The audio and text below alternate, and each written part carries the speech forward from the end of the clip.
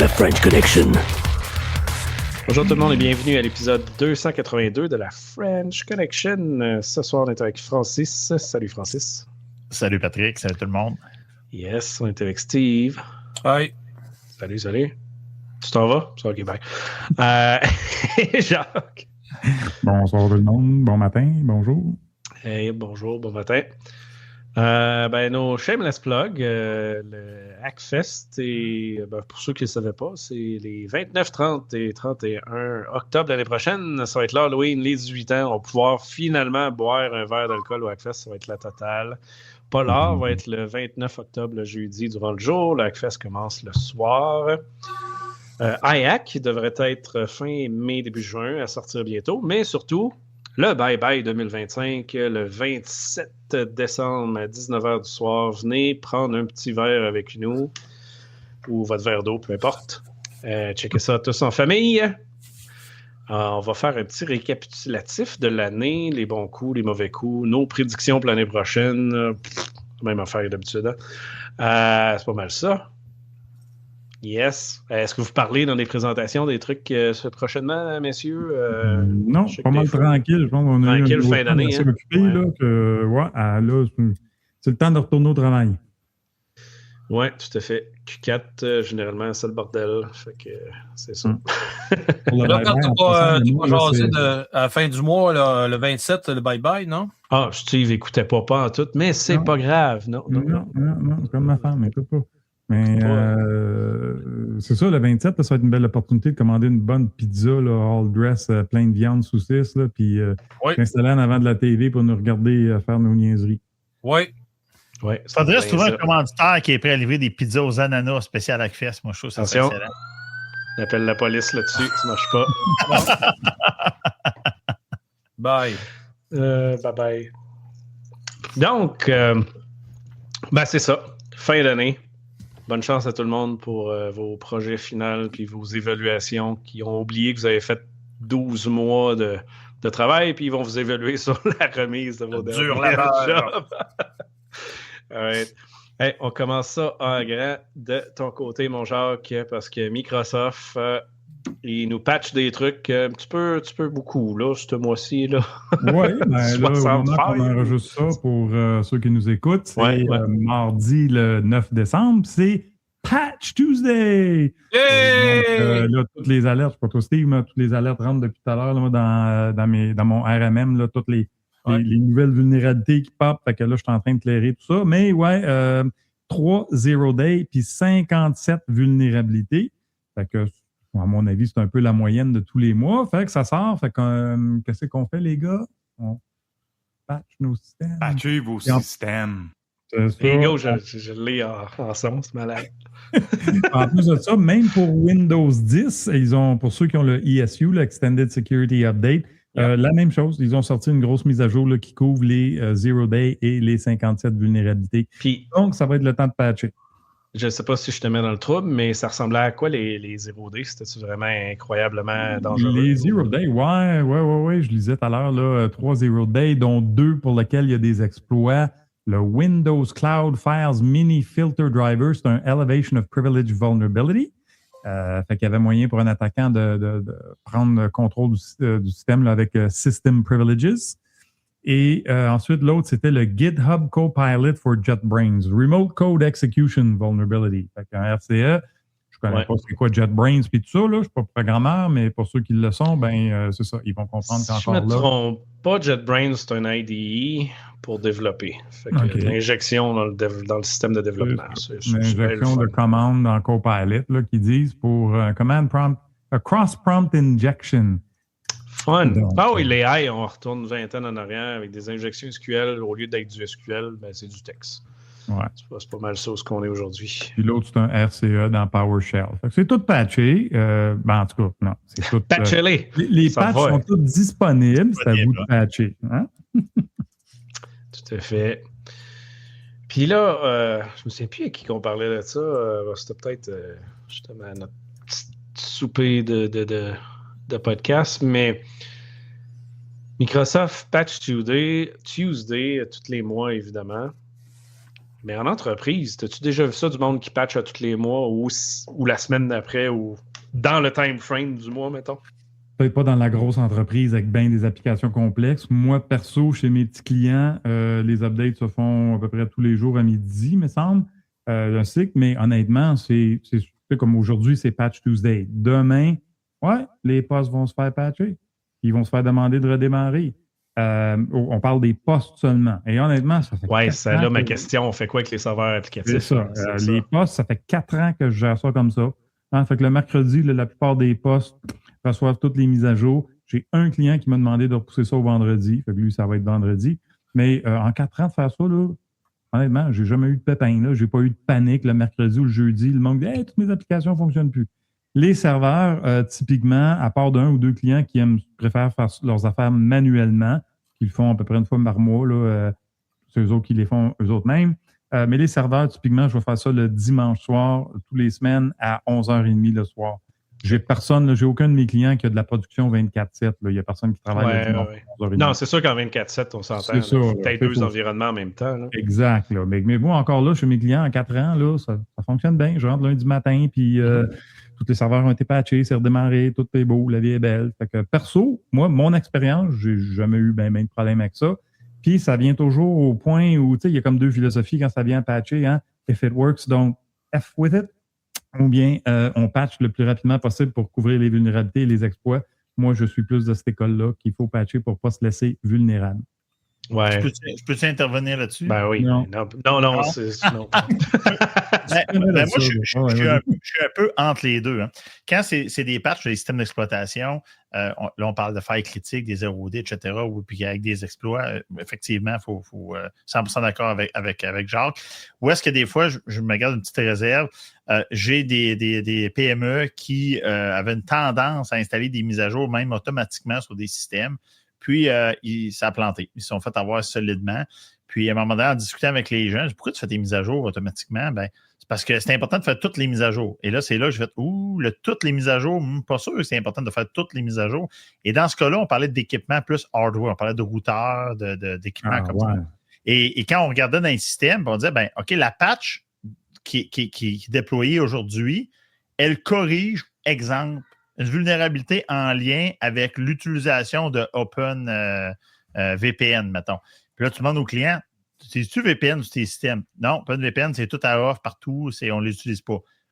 Ben, y a-tu un rush de faire une mise à jour, de la faire, la mise à jour, ou tu peux attendre une semaine avant de la faire, étant donné que quand tu lis ce qu'elle contient, ça ne te touche pas du tout. Fait que je suis d'accord avec les systèmes d'exploitation. Moi, je ne suis pas un expert là-dedans, mais probablement que les systèmes d'exploitation, il faut les faire rapidement. Pour le hardware, c'est le routeur et tout ça, ben, j'ai toujours... Prenez donc, souvent, là, c'est quand on a la feuille pour les mises à jour du firmware, là, la note, tu sais, le README, des fois, là, il ne fait même pas une demi-page. Là.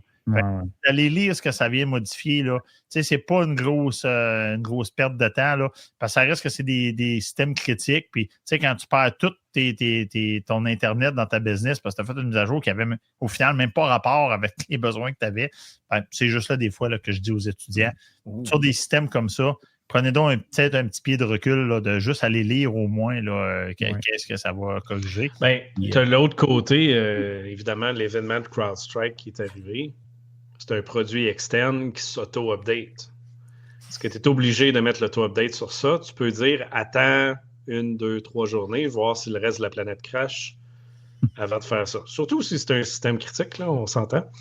Mais ça s'applique surtout. Évidemment, hardware, c'est encore pire, tant que moi. Là. Mais souvent, attendez un petit peu. Parce que même les mises à jour Windows et autres, ça crache souvent.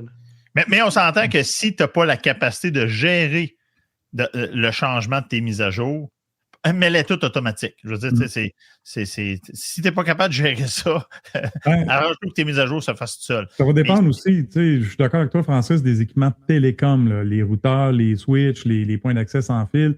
Typiquement, c'est mieux de faire ça manuellement. Mais encore là, ça va dépendre de la ligne de produits. Moi, je parle toujours PME, là, on s'entend. Mais j'ai des clients qui sont fait vendre du Meraki. Hey, c'est cool, ça se met tout à jour automatiquement. Hein? Fait que ça t'envoie une note, ça dit hey, telle date, là, puis des fois, c'est dans une semaine ou deux, l'OS va se mettre à jour, puis le lendemain matin, tout est beau, tout est up.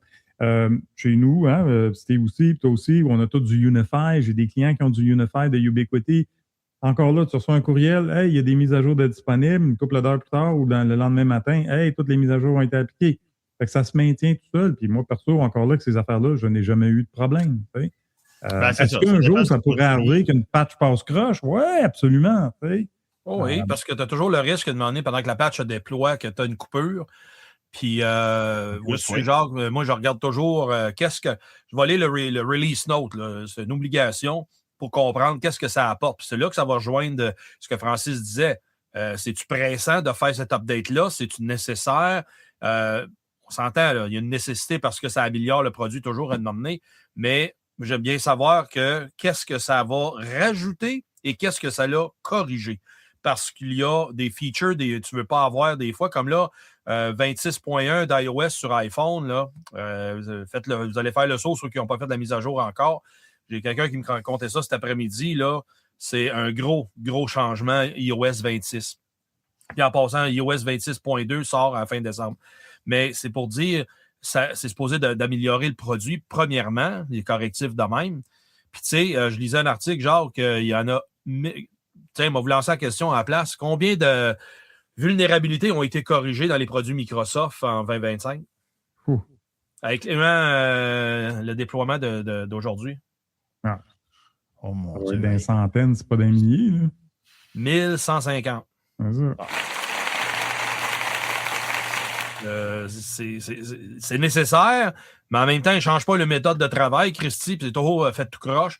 Puis il pète ça par en avant, il dit on va faire une patch là, si jamais ça ne marche pas. Hey, tu sais, ce que j'ai hâte de voir, moi, c'est que je me suis dit, c'était-tu Amazon? Je pense qu'Amazon a dit qu'il allait, ou qu'il était déjà en train, ou Google, whatever, un du GAFAM, 50% de leur code, c'est du AI généré. Ouais, t'imagines-tu ce qui s'en vient dans pas long, là, le nombre de vulnérabilités qui vont des patchs générés IA. Infinite. Ah ouais, ça va être une boucle de même, là. Ça va, ça va être niaiseur. Non, ça va être quelque chose, Hey, continuons sur le sujet des vulnérabilités. React to Shell, Steve. Méchant bordel qui est arrivé cette semaine. Oui, méchant bordel. Puis pour ceux qui n'ont pas suivi un peu cette histoire-là, ça avait une odeur de Log4j. Un, pour le timing juste avant Noël. Deux... Bon point. Non, mais c'est une évidence, là. Mais c'était du code à l'intérieur, donc des serveurs, des pages web principalement, et ça touchait quand même beaucoup de types de plateformes. Ça le touche d'ailleurs toujours. Et dans cet ordre d'idée-là, ça prenait beaucoup de persuasion à certains pour dire « Hey, oui, il faut corriger ça tout de suite ». Il y a eu une affaire, il me semble que j'ai vu passer le chiffre de 77 000, c'est pas plus, plateformes. Mettons, on va dire un chiffron, 100 quelques mille plateformes qui ont été vues avec ce code qui était vulnérable et qui, depuis une semaine et demie, ça a commencé le patching pour être en mesure de ne pas tomber dans le piège parce que il y a des instances qui sont rattachées. J'ai lu un chiffre de 350 différentes organisations avec une ramification avec le MSS, qui est le ministère de la Sécurité intérieure chinois, et aussi des instances nord-coréennes qui ont été exploitées. Les serveurs qui sont encore vulnérables, donc qui n'ont pas été patchés.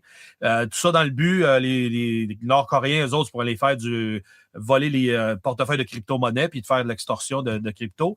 Et après ça, les Chinois, eux autres, ils vont aller tenter de regarder qu'est-ce qu'il y a en arrière. S'ils peuvent prendre le contrôle du système, ils vont aller voir en arrière puis possiblement faire du rançon logiciel, mais c'est surtout le vol de propriété intellectuelle qui les intéresse.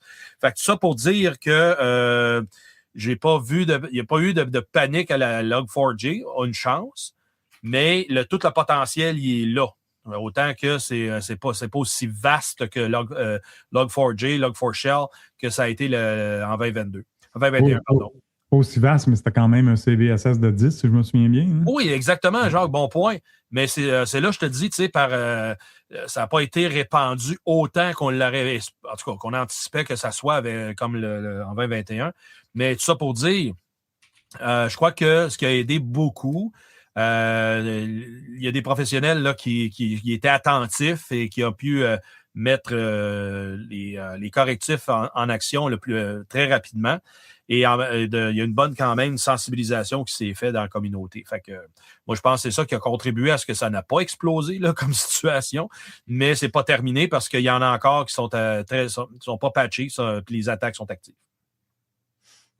Non, je pense qu'on va en entendre parler longtemps de celle-là parce que tu as des applications internes aussi qui utilisent ça. Entre autres, là, sont Ben oui. catégorisés, comme tu dis, de moindre importance. Oui. Mais dans un hack, quand on réussit à rentrer à l'interne, ce qui est la majorité des brèches, c'est là que ça s'en va. Yeah. En fait, j'aimerais donner un coup d'os là-dessus. C'est pas un sponsor, c'est pas une pub, mais j'ai vu ça sur LinkedIn, Cyberdéfense. Cyber Defense AI? Ben oui, l'entreprise, la startup québécoise là, du genre de Cloudflare local. Ils ont fait une petite pub, ils ont réussi à bloquer ça sans toucher à leur application. Là. Par Exactement. défaut, ils ont réussi à catcher ça. Oui, parce que Cloudflare, eux autres, guys. ils ont fourré le chien, on peut dire de même. Là. Oui, tout à fait. Puis c'est pas facile. Puis il y a beaucoup, évidemment, à chaque fois qu'il y a une vulnérabilité, c'est le cas. Là. Il y a beaucoup d'entreprises qui disent ah oui, nous autres, on a la patch pour corriger ça. Ouais, mais tu l'as fait après le coup. C'est ça. C'est le avant le coup qui a de l'importance. Puis supposément qu'ils ont réussi. Fait que très, très nice. Cyber Defense AI. Yes, allez voir ça, allez parler à Michel. Ouais. J'allais dire, ouais. Michel Bourque, bravo. Très cool. Francis, je te lance la balle un peu plus locale. On parle d'un nouveau chef de police. Je ne sais pas ce que tu voulais nous dire à ce sujet-là, mais on t'écoute. C'est un ancien et nouveau chef de police. Grosso modo, on a appris dernièrement que le directeur du service de police de Laval, qui était Pierre Brochet, va quitter ses fonctions. À ma connaissance, il était là depuis 2013 et il quitte ses fonctions pour s'en aller vice-président à la sécurité corporative chez Desjardins. J'ai eu un moment de faiblesse. J'ai perdu quelques cheveux, j'ai mal au ventre. Je ne sais pas trop comment définir mes symptômes. Mais c'est toujours la même chose. Ça en fait que j'ai de la misère un petit peu avec ça. Puis, vous savez, moi, je suis un ancien policier retraité de la Sûreté du Québec depuis le mois de janvier. Et j'ai beaucoup de misère avec les policiers qui font le saut dans la sécurité corporative, la cybersécurité, la sécurité privée, basé sur le fait qu'ils ont occupé des postes de policiers. Et l'exemple que je donne souvent à mes étudiants à l'école, il y a, imaginez-vous dans Bugs Bunny, là, il y a quelqu'un qui vole un sac là, de la banque avec un signe de pièce dessus. Là, puis là, le directeur de la sécurité de la banque, il court après. Et le voleur, il traverse le fleuve. Et il échappe le sac d'argent. Le sac part à gauche, puis le voleur part à droite. Le directeur de la sécurité, il part de quel bord? En général, il part du côté de l'argent. Parce que en sécurité corpo, en sécurité physique, en sécurité en entreprise, on protège des actifs. Donc, on veut aller chercher l'argent. Je prends la même histoire, mais au lieu d'être le directeur de la banque qui court après, c'est une police qui court après. Quand il traverse le fleuve, le sac d'argent part à gauche, le voleur part à droite. La police, elle part de quel bord? Elle part après le voleur. Elle ne part pas après l'argent. Okay? Donc, en général, la police n'a pas un minding de sécurité. On a un minding qui est beaucoup plus d'enquête, beaucoup plus de prédation. On veut arrêter les bandits. Fait que c'est un peu ça. Moi, je pense à M. Brochet. En tout cas, moi, j'ai suivi un petit peu sa carrière. Puis ça allait être un excellent policier, un excellent chef de police. Mais quand je vois quelqu'un comme lui aboutir à la sécurité corpo, je me pose toujours la question, parce que la sécurité corpo chez Desjardins... Là, c'est ça ma question, excuse Francis, c'est quoi la sécurité corpo? Parce que moi, c'est pas, je pense pas que ça veut dire la même chose que toi. Ben, la sécurité... Je recommence. Vas-y. La sécurité corporative, encore là, ça dépend comment chaque organisation va venir la définir, mais tout dépendamment où est-ce qu'on est, ça va inclure des trucs comme la sécurité physique. Ça va inclure le côté des enquêtes, de gérer les enquêtes à l'interne. Ça va inclure la protection des renseignements personnels et des données. Ça dépend encore là comment la structure interne elle est faite. Est-ce que le CISO relève du CSO, la sécurité corpo, est-ce que c'est le CSO? Il y a un ménage à faire. Mais en général, la sécurité corpo, quand on parle de sécurité corpo au sens large, c'est un peu la sécurité au sens large de l'entreprise. Donc, réponse aux incidents. Encore là, des fois, on va séparer les incidents cyber des incidents vraiment physiques là, dans les bâtisses, etc. Tout ce qui est politique, normes de gouvernance, même ISO 27001, ISO 27000, le NIST, ça relève de la sécurité corpo dans bien des endroits. Okay? Et là, moi, la question, c'est quand je regarde des gens qui n'ont aucun parcours en sécurité physique, aucun parcours en filtrage de sécurité, aucun parcours en cybersécurité. Et que ces gens-là vont gérer. Chez Desjardins, je faisais des petites recherches vite. Là. Ces genres de départements, là, vite, ça a l'air d'employer là, entre 1500 et 2000 employés. Là. Donc, c'est quand même un département qui gère du monde, là. Donc, est-ce que ces gens-là ont cette capacité-là de comprendre ce que les experts lui disent? Je ne le sais pas. Je ne sais pas ce que vous en pensez. Non, c'est une bonne question. Puis ça sera peut-être une personne à interviewer, en fait. Parce que moi, de mon côté, la sécurité corporative, CorpSec, c'est la sécurité des employés en TI puis en sécurité, en cybersécurité. Ça ne veut rien dire de tout ce que tu viens de dire. Fait que je ne sais pas si c'est même inclus là-dedans. Là. Parce que CorpSec, c'est la sécurité des laptops, des endpoints, le phishing. En général, tu ne veux pas en sécurité physique. En général, mais non, pas en physique, on s'entend. Je me doute que c'est pas en cyber qui s'en va. Là. C'est la gestion des dégâts d'eau. C'est encore là, ça dépend vraiment de la structure. Mais en général, même si on est 100% dans le physique, ça reste que ça demande des connaissances qui ne sont pas acquises dans le domaine policier. Oui, je comprends. J'ai vu des affaires qui n'ont pas de sens. À un moment donné, le directeur de la sécurité de la Société québécoise des traversiers. Tu as le directeur de poste de la Sûreté du Québec. Mais tu te dis, mais c'est quoi le rapport avec la sécurité des traversiers? Ça n'a aucun rapport. Et si on rajoute ça en plus dans ton domaine à toi, si tu me dis que vous autres, la sécurité corpo, ça touche beaucoup employés, laptops, etc., là, Clear sur Salon, il y a encore plus de la police. Là. Puis encore là, l'individu, moi, je pense que comme directeur de police, je l'ai suivi un peu. Lui était à la police de Montréal avant. Je pense que c'est quelqu'un de très solide. C'est quelqu'un qui allait quand même rechercher les troupes. C'est quelqu'un qui n'avait pas la langue dans sa poche, qui supportait les policiers. Mais dans le corpo, là, c'est différent. Oui, c'est sûr. D'accord. On verra ce que ça donne avec ça. Allons sur un bon coup. Puis j'aime bien ce sujet-là parce que c'est un adolescent, mais tu arrives de l'Espagne, mon Jacques, puis ils viennent d'arrêter un jeune qui a volé 64 millions de données. Pas rien quand même. Il a volé. Il a consolidé, si on veut, 64 millions de records. Fait que oui, c'est un jeune de l'Espagne de 19 ans, de Barcelona, qui a été allé chercher des brèches de 9 compagnies différentes pour faire une base de données, une agrégation de toutes ces données-là qui donnait 64 millions de records. Et de l'information personnelle qu'il a essayé de vendre en ligne dans les forums de c'est les forums hackers. C'est là qu'il s'est fait avoir. Il y avait des noms complets, des adresses personnelles à la maison. Là, je parle résidentiel, des adresses courriels, des numéros de téléphone, des numéros de DNI qui est leur identifiant là-bas et des IBAN codes là, pour des comptes de banque. Fait qu'il y avait toutes sortes d'informations assez sensibles et la police a réussi à l'attraper. Donc, bon coup, ça arrive. Hein? Ça arrive que la police fait des bons coups, arrête des gens comme ça, mais on s'entend que les 64 millions de records, là, je veux dire, sont disponibles sur le dark web. Oui, c'est de la donnée publique, là, c'est le fait des reventes. Il a été arrêté, tant mieux, ça montre un exemple, ça montre qu'il y a un risque de faire ces choses-là. Ouais. Est-ce que 19 ans, c'est considéré adulte ou encore... J'oserais croire qu'en Espagne, c'est en Espagne. Adulte, là, 18 ans et plus. Là, oui. OK. Un bon coup. Ouais. Quand même. Puis on en a vu au Québec plus au début des années 2000 se faire arrêter pour des trucs un peu bâtards de même. Là. Mais souvent, vu que c'est des kids, c'est un peu différent. Fait que je me demandais c'était quoi l'histoire. Mais là, c'est début adulte. Fait que ça part mal pour lui, je pense. Oui. c'est une vraie prise, là. Oui, c'est ça. Malheureusement, je n'ai pas vu d'informations comment ils l'ont trouvé, là, puis qu'est-ce qui est arrivé, qu'est-ce qui arrive avec, mais c'est ça. Un bon coup. Ouch. Hey Steve, on retourne de ton côté pour parler de, faut que je le dise comme il faut, Aizuru, I guess, le botnet qui a fait l'attaque de 29,7 TB de données. Oui, monsieur! On est rendu là. Ça. Ouais, on est rendu là. Mais dire, c'est un terabit, on le saura, là, c'est 1000 gigabits, c'est 1 million de mégabits pour les profanes.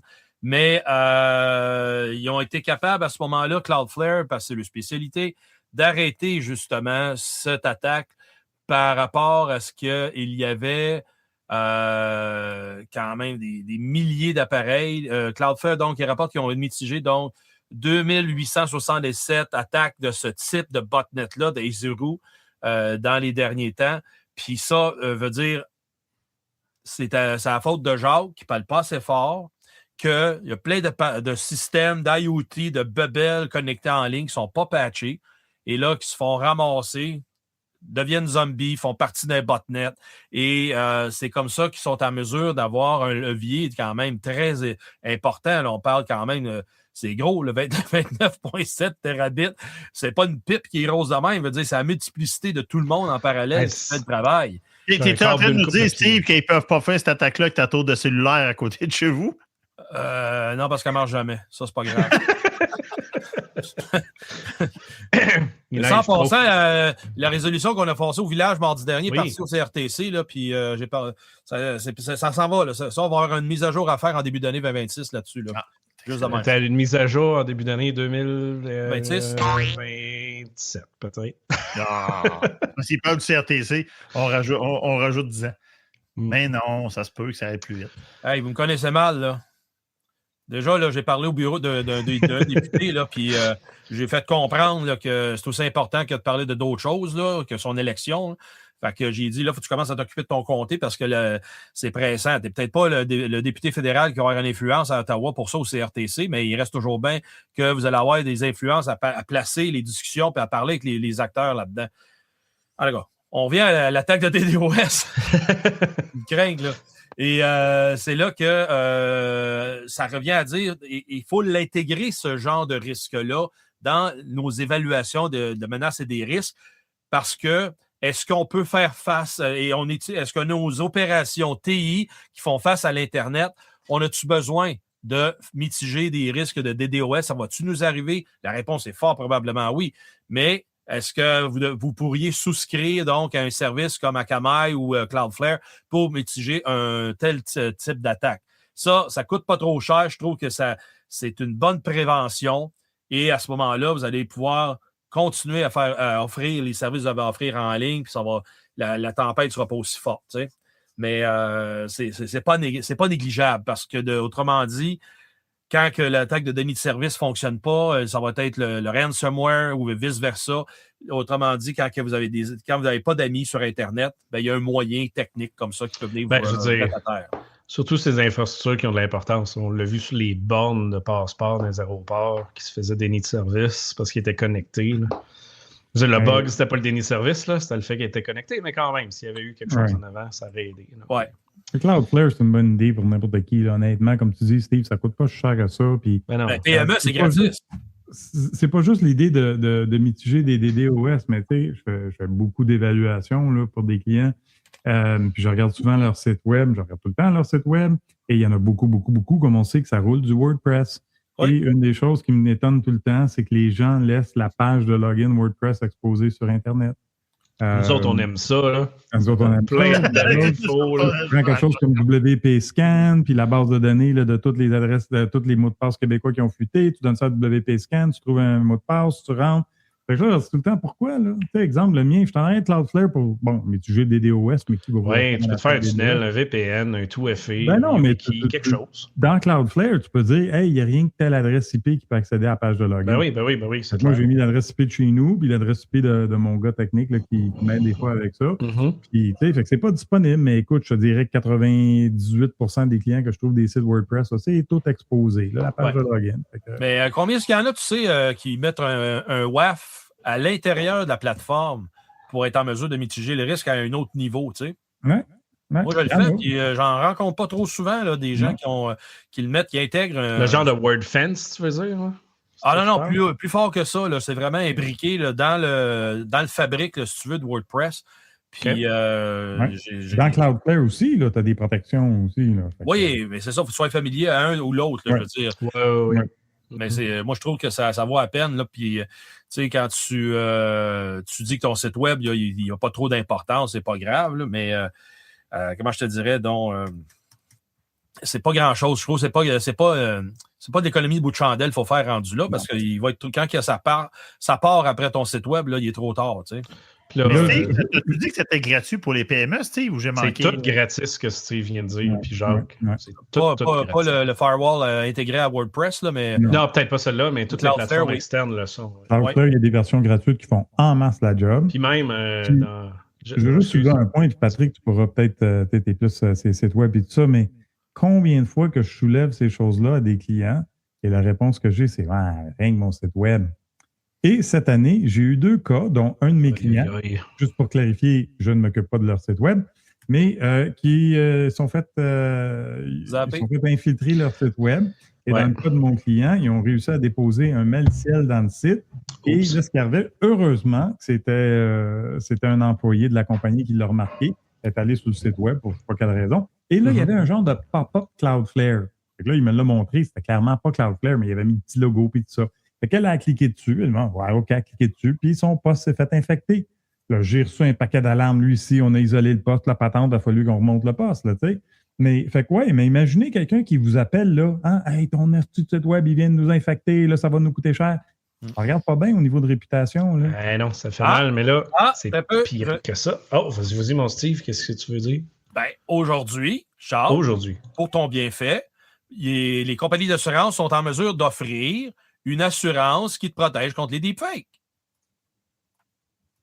C'est pas ton site web, mais deepfake. Non, mais les sites web, c'est connu, donc mitiger la réputation. Mais c'est pour ça que tu m'as fait flasher, c'est qu'ils viennent de lancer sur le marché cette couverture d'assurance pour être en mesure de t'en sortir si jamais ton brand name, là, je cherche le mot français, et ta marque de commerce. Pardon? Ta marque de commerce, c'est ça? Oui, puis après ça, donc, ta réputation est protégée par une autre couche de souscription. Ton image de marque. L'image de marque est protégée, mais tu viens de perdre toutes tes données. C'est gênant. C'est gênant pour l'entreprise. C'est très gênant. Puis, tu sais, pour ton WordPress, le problème, c'est que ça peut aller plus loin que ça. Il y a 2 cas qui me viennent en tête que j'ai vus dans le passé. Là. Un site WordPress, la majorité des entreprises, malheureusement, réutilisent les mêmes mots de passe partout. Fait que si tu brises le WordPress, potentiellement, tu as accès au reste de l'entreprise, au email, blablabla. C'est ça que je dis. On fait ça régulièrement en Pentest. Ouais. Mais l'autre point que j'ai vu pour les sites de retail qui utilisent WordPress ou des sites PHP surtout, c'est qu'ils s'en vont injecter à la page de paiement un code qui envoie les cartes de crédit sur un autre site en même temps que ça envoie le paiement sur le bon site. Mettons, tu utilises PayPal ou Stripe ou peu importe. Ça envoie la requête à PayPal, tu payes, mais ça envoie la requête à pirate.com, puis lui, il va te payer aussi plus tard. Fait que ça, c'est intéressant parce qu'ils sont admins du site, fait qu'ils peuvent rajouter du code. Au lieu d'un malware, comme tu viens de dire, ils vont voler du cash, puis ça devient assez incroyable. Hey, passons la nouvelle qu'on n'arrête pas de dire, je pense, depuis 10 ans, depuis 20 ans, depuis peut-être plus. Mais là, on a une autre preuve. Ça faisait longtemps qu'on avait eu une preuve. Francis, un microphone qui a été trouvé dans une KVM vendue sur je sais pas quoi, mais ça existe là, pas. C'est la totale. Non. Fake news! C'est Steve qui m'a envoyé ça, puis j'étais bien intéressé par ça. C'est pas la première fois qu'on a des attaques sur des KVM. On a eu des KVM dans le passé, encore des KVM chinois, où on avait, par exemple, du code qui roulait sur des KVM qui permettait de retransmettre de l'information sur les touches qui étaient tapées au clavier, des trucs comme ça. Donc, on s'entend qu'un KVM, des fois, ça a l'air un peu nono, là, mais il y a quand même de l'information qui transige par ça. Et ça ici, c'est un KVM qui existe, qu'on peut acheter sur, entre autres, là, il y a des modèles de cette marque-là qu'on peut retrouver sur Amazon. C'est la compagnie SeaSpeed, SIPEED. Et le modèle, c'était le modèle Nano KVM. C'est pas nouveau, parce que la personne qui a trouvé les failles, ça date de février. Là, fait que c'est pas quelque chose de récent. Mais ce qui est récent, c'est que ça a été publié là, par le site web, là, je n'aurai jamais le nom, le Tom's Hardware, qui ont mis ça en ligne. Puis grosso modo, ce qu'on a découvert avec ça, c'est qu'entre autres, il y avait des mots de passe qui étaient prédéfinis, puis le SSH était ouvert par défaut dans le device, OK, avec des mots de passe prédéfinis. L'interface web n'était pas sécurisée. Les clés de chiffrement étaient les mêmes pour tous les appareils. Donc, dès que tu achetais un appareil, c'était la même chiffrement. Ce qui est le fun de ces failles-là, c'est du plausible deniability. Ils disent, on n'a pas fait par exprès d'avoir un backdoor, on ne le savait pas. on va le corriger. Oui. Fait que, puis d'ailleurs, c'est ça qu'on explique. Ça a été long avant qu'ils corrigent. Ils ont corrigé des vulnérabilités, puis à mesure qu'ils s'en rajoutaient, ça gossait un petit peu pour corriger. Et on avait même, entre autres, des clés qui étaient hard-codées, donc des mots de passe qui sont directement dans le code, là, qui sont implémentés directement dans l'appareil. Et on a découvert, en fouillant le hardware, vraiment le PCB, qu'il y avait un micro caché. Et un micro caché, là, je vous parle là, avec un micro. Là. Ça, c'est un gros micro. C'est facile à voir. Mais je vais vous dire une affaire, un micro caché sur un device, là, si vous n'êtes pas un expert en électronique, là, vous ne le trouverez pas. OK? C'est rendu tellement petit, ça peut être mélangé avec une résistance, avec un tapon d'affaires. C'est très petit. Il faut avoir des connaissances pour aller vérifier ça. Et quand on a des PCB en multicouches qui sont une par-dessus l'autre, qui sont vissées en plus, puis à essayer de trouver ça, c'est du domaine de l'impossible. Et ici, on en a trouvé un. Fait qu'on a trouvé un micro qui était directement sur la carte mère et qui était mentionné dans aucune documentation de la compagnie et qui permettait, via le SSH par défaut, d'enregistrer, d'accéder à l'audio, etc. Et ce que la personne qui a fait les recherches a été capable de trouver, entre autres, le Nano KVM en question, tout ce qui était DNS, c'était résolu via des serveurs chinois. Ça se connectait par défaut sur des serveurs de 6-speed pour les mises à jour. On parlait de mises à jour automatiques, mais les mises à jour, tu ne contrôles pas vraiment. Donc, il y avait des trucs un peu particuliers par rapport à ça. Et ils ont même trouvé des applications qui n'auraient pas dû se trouver là. Et des applications pour ceux qui font du hacking, ça va lui dire quelque chose. Si je vous parle de TCP/DOM, puis je vous parle de AirCrack, qu'est-ce que ça fout sur un KVM? Ça Donc, ça n'a pas d'affaire, hein? Est-ce que c'est là parce que je veux avoir la possibilité d'accéder à distance au KVM et à partir de mon accès à distance, rouler ces utilitaires-là pour essayer de faire une espèce de cheval de Troie pour être capable d'intercepter et d'analyser des données dans un réseau ou à l'interne d'une entreprise, etc. Bon, là, tout est ouvert. Donc là, il y a eu des mesures d'atténuation. La compagnie a corrigé certaines affaires. Sur Internet, on trouve des trucs, on nous dit de remplacer le firmware par un firmware, des versions de Linux, entre autres, qu'on peut rouler là-dessus, etc. Mais il en demeure pas moins qu'on est dans le réel. Là. Fait que, comme Steve disait, à un moment donné, il faut arrêter de penser. Attends, il faut arrêter de commander des cochonneries sur Temu, puis sur Amazon, puis ces affaires-là. Puis Temu, en plus, les nouvelles, je pense que ça fait une semaine ou deux, ça disait que la majorité des trucs électroniques ne suit pas les réglementations. Fait que ils vont exploser, puis ça va être le bordel. Il y a du plomb, c'est soudé au plomb. Il y a plein d'affaires qui font que c'est mal d'utiliser ces produits-là, mais ça reste que la menace, elle est réelle. Et j'en parlais sur Internet encore aujourd'hui, puis tout le temps la même affaire. Oui, mais il peut y avoir un produit suédois qui est piraté. Oui, la réponse est oui, mais je peux me faire frapper par la foudre, mais ça reste que quand je roule en auto, je m'attache parce qu'en auto, c'est dangereux d'un accident si tu n'es pas attaché. Même si oui, je peux me faire frapper par la foudre, même si oui, je peux m'étouffer avec une olive en mangeant, ça reste qu'à un moment donné, c'est de l'analyse de risque. Et là, ici, il faut peut-être commencer à se poser des questions. Tout ce qu'on achète, les cossins pas chers, on en a déjà parlé dans le podcast, ça fait 2-3 ans qu'on en parle. Dans le temps de Noël, là, sur les plateformes chinoises, là, les fameux petits sapins de Noël USB en vendent à 1,50 puis le shipping coûte 2,75. Fait que là, tu dis, ils font leurs argent où? Y a-t-il quelqu'un qui a checké? Sur le USB? Y a-t-il quelqu'un qui a checké ce qui roule sur le chip? Ça, c'est des petits sapins en question. C'est une image que je fais là, on s'entend. Là. Je ne cherchais pas sur Internet des petits sapins qui piratent. Là. Mais juste pour vous dire qu'il y a beaucoup d'équipements qu'on utilise, on l'a vécu avec plein d'affaires. Puis malheureusement, il faut, je pense, à un moment donné, comprendre que ce n'est pas de la science-fiction. On est dans le domaine du réel, puis il va falloir à un moment donné s'ouvrir les yeux. Moi, si vous êtes prêt à accepter les risques, c'est correct. Mais accepter le risque, ça sous-entend au moins qu'on l'identifie et qu'on le connaît. Oui, exactement. Il faut que tu le saches. Oui. Combien de fois j'envoie du monde où je n'entends, puis tu l'as vu toi aussi, ils sont là, j'assume le risque. T'assumes, fuck all. Tu ne sais même pas ce que tu as entre les mains. Fait que, désolé. Assumer le risque, ça, c'est une affaire que je vois plein de gens qui ont des cours de gestion de risque. Là. Oui. Assumer le risque, c'est être prêt de vivre avec les conséquences de s'il arrive de quoi. Fait que moi, s'il y a un gestionnaire qui dit, moi, je suis prêt à vivre avec le risque, ça veut dire que s'il arrive un événement, tu vas remettre ta job, tu vas t'en aller. Mais on a parlé, Steve, dans la fonction publique. Assumer le risque, c'est quoi? C'est, s'il arrive de quoi, on a une bonne équipe de com en arrière pour venir défendre, puis venir faire semblant, puis venir expliquer des... C'est pas ça de la gestion du risque. En tout cas, pas de manière théorique. Ça, c'est de la gestion de risque axée sur purement les communications puis l'image de l'organisation. Mais bon. Fait un bon papier que Steve m'a envoyé là, de Tom's Hardware là, qui est quand même intéressant, qui est quand même parlant. Passons à une ou deux dernières nouvelles. Je ne sais pas, Steve, si tu as la vidéo, je ne la retrouve pas vite, mais j'aimerais ça qu'on la mette live. Laquelle? Parce que la vidéo pour le ban des enfants sur les réseaux sociaux en Australie. Faut parler de ça parce que notre super gouvernement va se laisser tenter, puisqu'il en a déjà parlé, le UK aussi. Mais je pense que la vidéo, c'est ce qu'il y a de plus de comprenable parce qu'il l'explique très, très bien, spécifiquement la partie qui explique qu'est-ce que le gouvernement aurait dû faire à la place. Puis c'est très drôle. Si tu l'as, on l'a fait jouer. Mais sinon, je te laisse expliquer un peu le concept là, de tout ça.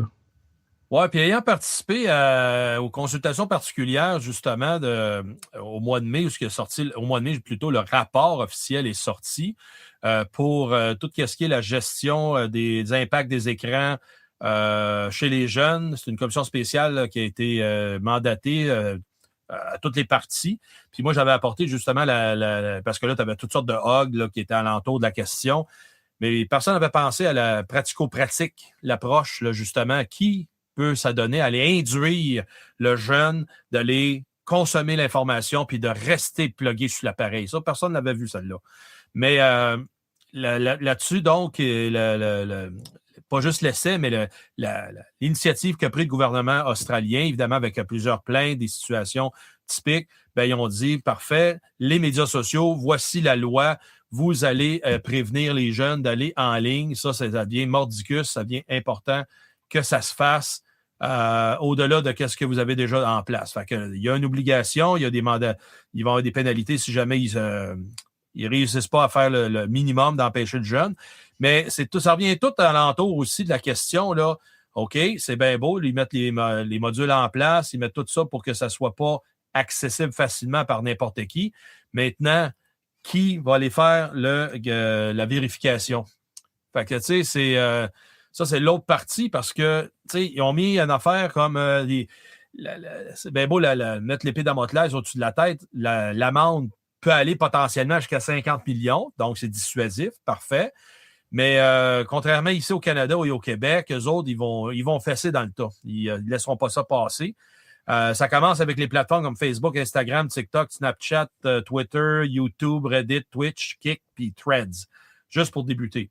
Fait que ces compagnies-là, ils ont été approchés, ces compagnies-là participent parce qu'ils puissent à ce moment-là bloquer les accès vers les jeunes. Mais après ça, une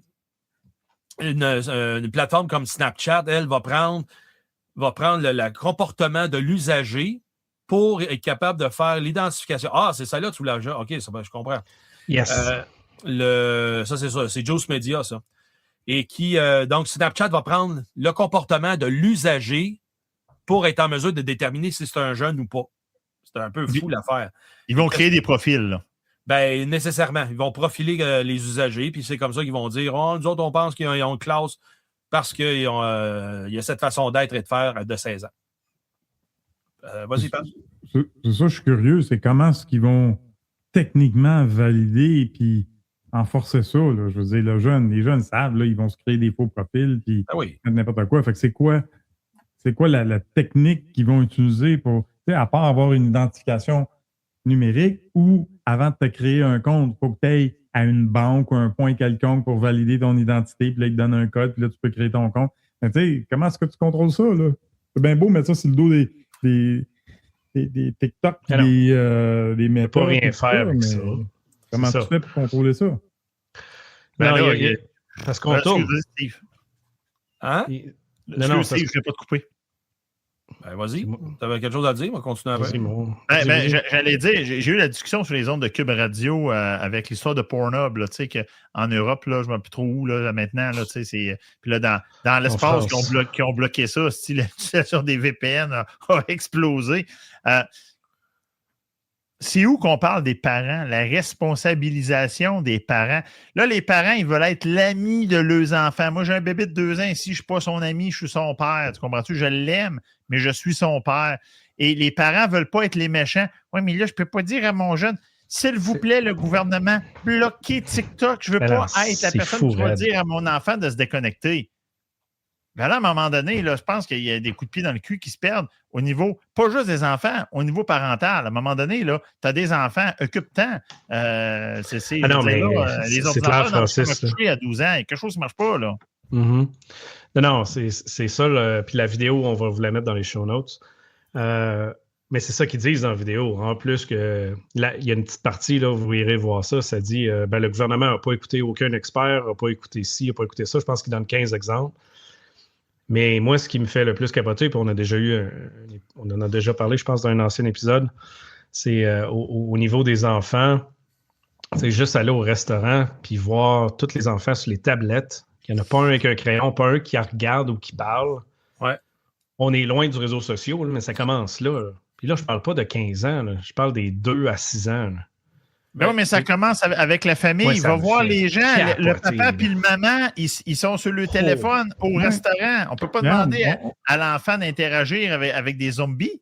On était quand Claire et moi, on était en Espagne, là, on était assis, on était à Marbella, assis un petit café là, sur le bord de la plage, là, la Méditerranée en avant de nous autres, c'était super beau, petit verre de vin. Puis là, il y avait comme un petit air de jeu pour les enfants. Là, il y avait une petite fille là, qui avait peut-être 4-5 ans. Là. Elle tripait solide, elle était dans le sable. La mère, sa mère, elle lui donnait la main, je ne sais pas quoi, là, mais sa mère s'en occupait pas pantoute.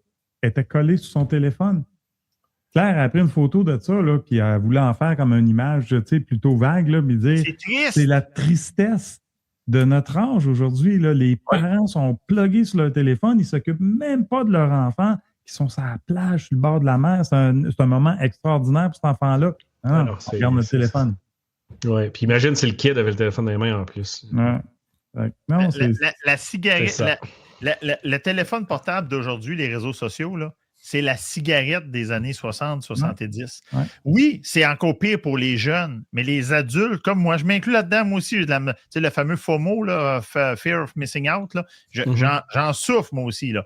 J'oublie mon téléphone à la maison, puis je m'en vais au McDonald's chercher quelque chose, puis je vais être à 1,5 km de la maison, pas de téléphone. Mais à un moment donné, tu respires par le nez, puis tu dis, coudonc, ça chauffe de maladie mentale. Chris, place-toi, Francis, là, ça n'a pas d'allure. Non, mais à un moment donné, tu finis par te parler. Non, mais tu finis par te parler. On a tout ce problème-là, tu as raison. Mais juste de le constater, moi, j'ai l'impression que dans quelques années, dans 10, 15, 20 ans, on va dire, tabarnak, la cigarette, là, c'était rien à côté, là. C'était rien à côté, là. Ça contrôle des démocraties et réseaux sociaux. Ça va loin. J'ai vu un article passer quelque part je pense que c'est sur Rick, je me souviens plus si c'était le Journal de Montréal ou la presse ou quoi. Mais depuis septembre, là, ils ont banni les cellulaires dans les écoles. Puis apparemment que les profs rapportent que oui, ça fait une différence. Les enfants pas juste les profs. Ouais. Les étudiants, parce que moi, avec ma petite, il fallait qu'elle sélectionne des écoles. Fait que là, on est allé en voir plein. Fait que dans certaines écoles, les kids sont là pour te faire la vente. Mais ce qui est le fun de ça, c'est qu'on l'a fait après que la loi était là. Fait qu'on a posé la question aux kids, aux adultes, à tout le monde. Puis les kids étaient... Puis là, c'était une question, c'était pas un spot là, préparé. Là. On y a posé sur le site pour savoir qu'est-ce qu'ils en pensaient, comment ça marchait pour vrai dans l'école. Puis les kids étaient comme... c'est parce qu'on s'est rendu compte entre nous qu'on peut se parler plus... puis qu'on interagit plus, c'est bien plus le fun de même. On peut jouer au ballon chasseur, aïe aïe! Genre, puis tu sais, ils aiment ça. Ils n'ont pas dit on n'en veut plus de la loi. Là. Ils ont sûrement chialé la première semaine, là, on s'entend. Là. Mais non, ils ne veulent pas retourner en arrière. Là. Parce qu'eux autres aussi ont vu un avantage à ça, ce qui est vraiment bien. Fait qu'au moins, on a un pas de fait là-dessus, mais non, bannir les réseaux sociaux pour les enfants. Non, aller bannir les réseaux sociaux tout court dans la société avec les pouvoirs du gouvernement. Pas bannir les enfants sur les réseaux sociaux. C'est le réseau social le problème. La root cause, le problème, c'est le réseau social. Attaquer les réseaux sociaux, arrêter d'attaquer les enfants, sacrément. Fait que c'est ça. Dernière petite nouvelle que j'aimerais qu'on parle, mon Jacques, j'ai bien ri sur celle-là, mais un zéro-click agentic browser qui a réussi à tout déliter. Moi, j'aime ça, des sujets de genre. Tu sais, on parle beaucoup de agentic AI, là, des agents qui font des choses pour vous. Alors là, il y en a qui ont été capables d'attaquer le furteur Comet de Perplexity parce que les gens connectent leur Google Mail puis Google Drive là-dessus. Puis là, c'est correct. L'idée, c'est que tu peux dire « Hey, réponds à mes courriels » ou « Hey, tu sais, y a-tu des fichiers? Résume-moi ces fichiers-là. Va me chercher de l'information. » Fait qu'on interagit avec nos données, soit personnelles ou corporatives. Mais là, il y en a qui ont figuré qu'ils peuvent envoyer des courriels à des gens qui incluent des instructions très gentilles. Là. Hey, tu sais, tous mes fichiers-là, pourrais-tu, s'il vous plaît, les supprimer, puis tout ça? Et l'agent supprime des dossiers et des dans Google Drive. Hey, mais attends, là, moi, tu me donnes des idées, il va falloir faire ça dans des tests de sécurité, mais tu supprimes pas, tu voles toutes les données du Drive. Ouais. Wow! Hey, ça, c'est top. Non, parce que là, moi, j'ai vu cette attaque-là aussi dans des browsers, oui, mais sur des sites web. Le site web inclut caché des instructions de AI. Fait que là, tu dis au AI, va voir ce site-là, puis le site web dit au AI, retourne-y cette merde-là. Fait que non, ça c'est bon. Puis, tu sais, surtout pour les sites web de job, tu sais, souvent les entreprises vont dire donne-moi ton LinkedIn, donne-moi ton site web personnel. Ou là, s'ils ont un AI qui fait l'analyse de tout ça, ben tu peux dire au AI, je suis le candidat numéro 1, ignore toutes les autres. Ou peu importe, là, dites ce que vous voulez, mais non, ça va loin, cette niaiserie-là, parce que tu peux mettre ça dans les headers, dans le texte. Du cross-side AI prompt injection? Ça a-tu un nom, cette affaire-là? Je pense que c'est du cross quelque chose, je ne sais pas lequel, mais prompt injection, oui. C'est juste qu'il n'est pas direct à l'attaque à l'agent, il est ailleurs. Il est ailleurs. Ou c'est du blind injection, comme whatever. Je disais, j'ai parlé avec Audrey Gagnon la semaine dernière, on parlait des arnaques encore sur Marketplace, puis Kijiji, puis tout ça. Puis, tu sais, je disais, c'est de valeur parce que c'est des bons concepts, c'est des beaux concepts. Ça permet aux gens d'annoncer des choses seconde main. Puis comme elle disait elle-même, tu sais, il y a des raisons économiques et écologiques, tu sais, de recycler des choses que moi, je veux plus, je peux vendre pas cher, quelqu'un en profite, parfait. On recycle. Mais malgré ce que les humains font, des choses extraordinaires comme ça, il y en a toujours qui vont gâcher le party et faire des niaiseries avec. Tu sais, je m'en sers, le moi, de Comet puis Atlas. C'est freaking génial. Mais c'est pas ça le bug, c'est l'entreprise qui fait pas de sécurité, encore une fois, tu sais. Les barèmes ou les barrières sont peut-être pas assez solides. Ils vont apprendre. Mais c'est de valeur. Il y a toujours de l'abus de la part des humains. Là. C'est désolant. Tu sais, c'est... Quelqu'un sort de quoi de génial, puis il y a quelqu'un qui va trouver une façon de l'abuser. Il faut que la sécurité soit par défaut. C'est plate, mais c'est ça. Puis pas juste pour une question de personnes malhonnêtes. Une erreur, ça existe. Une mauvaise requête, ça existe. Un système qui fout la mauvaise affaire, ça existe. Fait que c'est le problème de tout ça. Mais juste ramener l'éthique, l'amour, l'humain au centre du débat. Ça fait bizarre ce que je dis là. Mais ton affaire automatique, là, tu sais, moi, je me rappelle, quelqu'un, il te souhaitait bonne fête. Puis là, tu disais, c'est pas ma faute. Ben oui, quand ils sortent les quais, là. Non, c'est pas quand ils sortent les quais à Marina. C'est quand ils mettent les quais que c'est ma fête. Ah, c'est vrai, t'as bien raison. Moi, ça me touche bien plus que quand quelqu'un, il y a un pop-up dans Outlook qui dit qu'il y a la fête à Francis aujourd'hui. Fait que là, il envoie bonne fête, Francis. Mais il se rappelle pas de moi. Puis là, on est rendu plus loin parce que maintenant, dans Outlook, avec tous les copilotes, tous les cossins de ce monde, ben là, je reçois un courriel de Jacques qui me souhaite bonne fête, mais Jacques n'est même pas au courant. Ça s'est fait tout automatiquement. Puis, j'ai fait ça. Tu t'es envoyé mais tu sais, on est rendu là. Là, présentement, ça se fait. Et on a même eu des preuves de concept où est-ce qu'avec la voix, je peux programmer des appels. Fait que là, tes parents qui sont en CHSLD, nous autres, on va connaître ça, là. On va avoir un appel de notre bébé, de notre enfant. Là, on va être en CHSLD en train de se bercer, là. Mais là, on va penser qu'on jase avec notre enfant. Non, notre enfant va envoyer une requête. Ça va être un IA avec la voix de notre enfant qui va nous jaser. Puis, hey, sérieux, là, je sais pas, il y avait un film quand j'étais jeune, là, ça s'appelait La Matrice. Là, ça commence à ressembler à ça en tabarnak. On y va. Hey, ben merci, messieurs. Moi, je finis sur une note positive. Oui, vas-y. Je ne peux pas nommer qui encore, là, mais dans les prochains jours, ils veulent l'annoncer. Il m'a dit qu'il y a eu sa certification. Toi, Patrick, tu connais. mais j'ai un autre client qui vient d'être certifié Cybersécuritaire Canada. Oh yeah! Je suis bien content. Oh yeah! On va faire un petit peu de bruit avec LinkedIn, là, mais bravo à un autre. J'en accompagne plein d'autres aussi. Après les prochaines élections, quand on va être rendu souverain de Québec, ils vont être automatiquement convertis à Cybersécurité Québec? T'as un peu. What he said. Merci. Oui, en français, s'il vous plaît. Ouais. Bon, ben merci tout le monde. On se revoit dans pas long. Ciao. Attends, j'ai. Ah non, c'est pas. J'ai-tu l'over? Ah oui, je l'ai, check bien ça. We're an out. Nice. Excellent. Bye. Tout un plaisir, messieurs. Yep. Bye.